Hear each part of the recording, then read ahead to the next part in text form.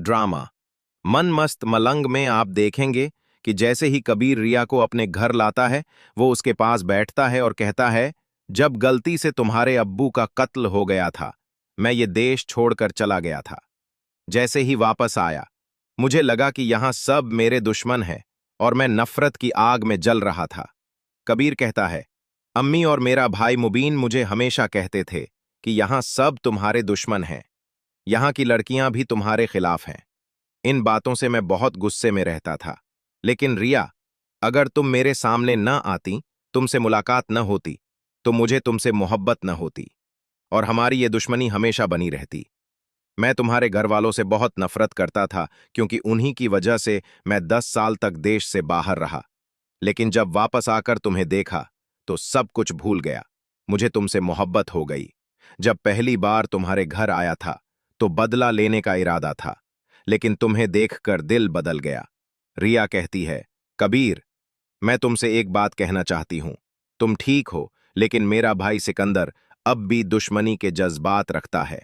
उसके बारे में भी कुछ सोचो। कबीर जवाब देता है, अगर सिकंदर की जिंदगी में कोई खास शख्स आए, तो हो सकता है उसकी दुश्मनी खत्म हो जाए।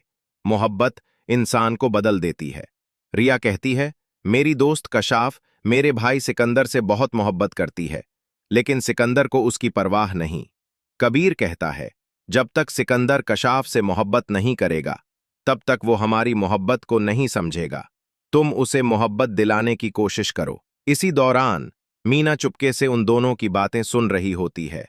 रिया जब देखती है, तो गुस्से से कहती है, तुम यहां छुपकर हमारी बातें क्यों सुन रही हो? हर वक्त कमरे के बाहर साए की तरह मंडराती रहती हो। तुम्हें शर्म नहीं आती कि दो लोगों की प्राइवेसी खराब कर रही हो? कबीर मेरे पति हैं। हम जो बात कर रहे हैं वो तुम्हें क्यों सुननी है? तुम खुद को बहुत अहम समझने लगी हो। मीना जवाब देती है, तुम खुद को यहां ज्यादा ही अहम समझने लगी हो, लेकिन याद रखो, तुम इस घर में ज्यादा दिन नहीं रहोगी। फिर कबीर भी आ जाता है। उसे देखकर मीना सिर झुका लेती है और डर जाती है। रात के खाने पर जब सब एक साथ बैठे होते हैं, तो कबीर मीना से कहता है, यहां से उठो, रिया को बैठने दो। ये मेरी पत्नी है, मेरे साथ बैठेगी। कबीर सबके सामने रिया की इज्जत बढ़ाना चाहता है। वो कहता है, मैं सबको दिखाना चाहता हूं कि मैं रिया से कितनी मोहब्बत करता हूं और वो मेरे लिए कितनी अहम है। हम दोबारा वलीमा करना चाहते हैं। कबीर अपनी माँ से भी कहता है, अम्मी, अब हम दोबारा वलीमा करना चाहते हैं। रिया राजी है, वो भी मुझसे मोहब्बत करती है। उसकी माँ भी खुश हो जाती है। वहीं मुबीन भाई की दूसरी शादी भी धूमधाम से होने वाली होती है।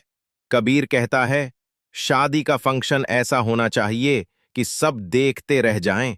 जैसे मेरी शादी धूमधाम से हो रही है, वैसे ही मुबीन भाई की शादी का फंक्शन भी होगा। वलीमा के दिन रिया बहुत खूबसूरत लग रही होती है। सब खुश होते हैं, लेकिन दूसरी तरफ वाजिद सिकंदर को भड़काने की कोशिश करता है। वो कहता है, तुमने अपनी बहन को फिर उसी दुश्मन के हवाले कर दिया, बदला भी नहीं लिया। कैसे भाई हो? मैं तुम्हें यह घर दिलवाऊंगा। तुम जाओ और अपनी बहन को वापस ले आओ, वरना तुम्हारी इज्जत यूं ही खराब होती रहेगी। सिकंदर गुस्से में आ जाता है और वाजिद की बातों में आकर कबीर के घर पहुंच जाता है। जोर जोर से चिल्लाता है, कबीर कहाँ हो? मेरे सामने आओ। फिर वो रिया से कहता है, मैं तुम्हें लेने आया हूं, अब तुम यहां नहीं रहोगी। रिया मजबूर होती है। सिकंदर घर के कागजात फाड़ देता है और कहता है, कबीर, मुझे तुम्हारी कोई शर्त मंजूर नहीं। तुमने मुझे इतना सस्ता समझा।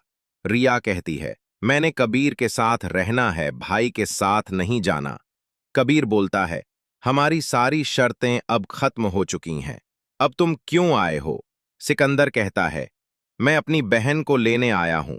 मुझे मकान नहीं चाहिए, बहन चाहिए। फिर वो रिया का हाथ जबरदस्ती पकड़ लेता है और कहता है, रिया, मेरे साथ चलो। रिया रोते हुए कहती है, मैं कबीर को छोड़कर नहीं जाना चाहती। कबीर कहता है, जब तक मैं जिंदा हूं, रिया मेरी है, मैं उसे कहीं जाने नहीं दूंगा। दोस्तों, अगर आपको हमारी वीडियो पसंद आती है, तो कृपया चैनल को सब्सक्राइब जरूर करें, ताकि ऐसी ही कहानियां आपको सुनने को मिलती रहें।